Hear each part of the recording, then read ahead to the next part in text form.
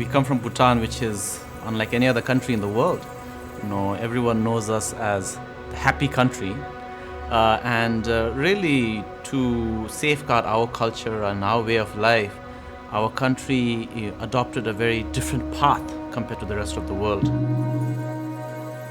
We kind of went into self-isolation to preserve ourselves in a way.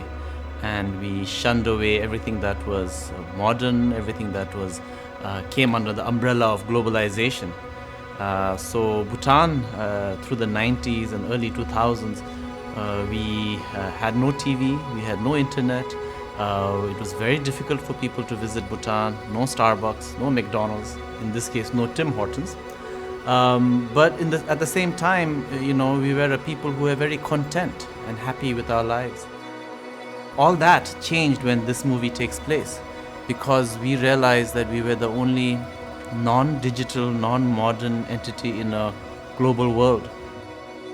We were the last country in the world to adopt, to allow internet, allow television, and probably the only country that, introduced democracy without a war, without a revolution.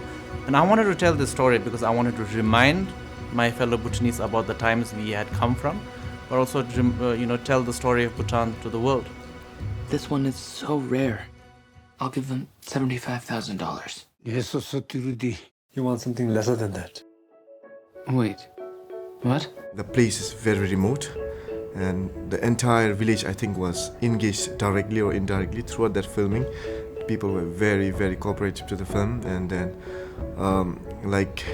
we take a lot of inspiration from the place, and there's huge room for, improvisation and space to, like the directors and the filmmakers have given us.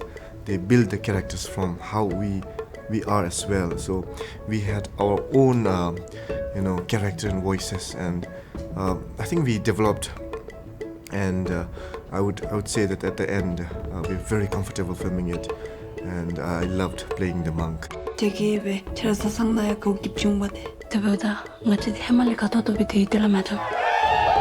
With this film, I never really wanted to make a statement that I'm anti-democracy, but at the same time, I didn't also want to say that, democracy is the right answer for things.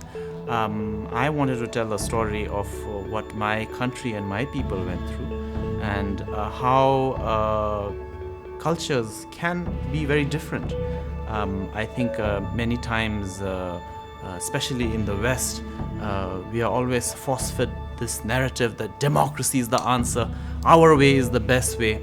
And I wanted to show that, a different side of that tale, that there are people who, for them, knowing a birthday is not a priority in their life, and they go by a tradition where the words spoken by the Buddha 2,500 years ago is the ultimate word.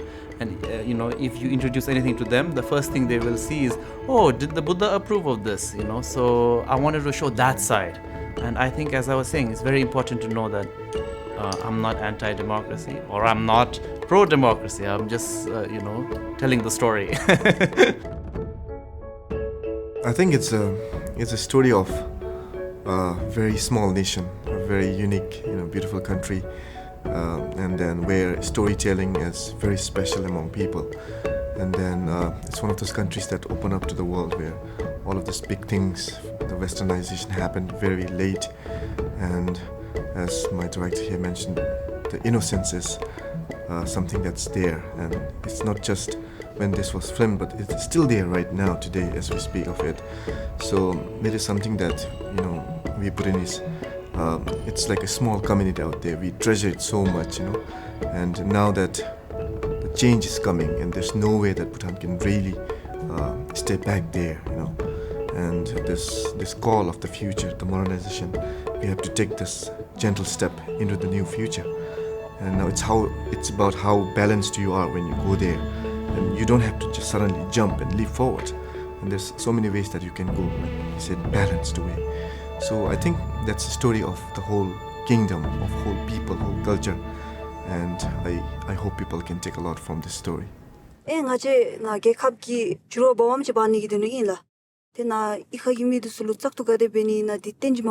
War, revolution, revolt, is almost seen as a prerequisite for democracy all around the world. I can't think of any other place where, democracy was introduced the way it was in Bhutan.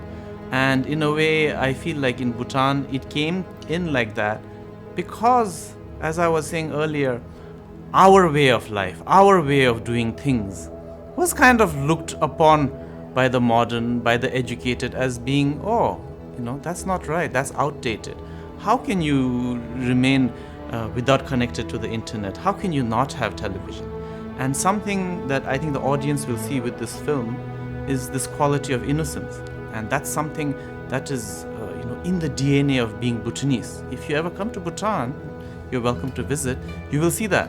But as the world develops, as the world modernizes, as we adopt worldly values, that beautiful quality of innocence gets mistaken for ignorance.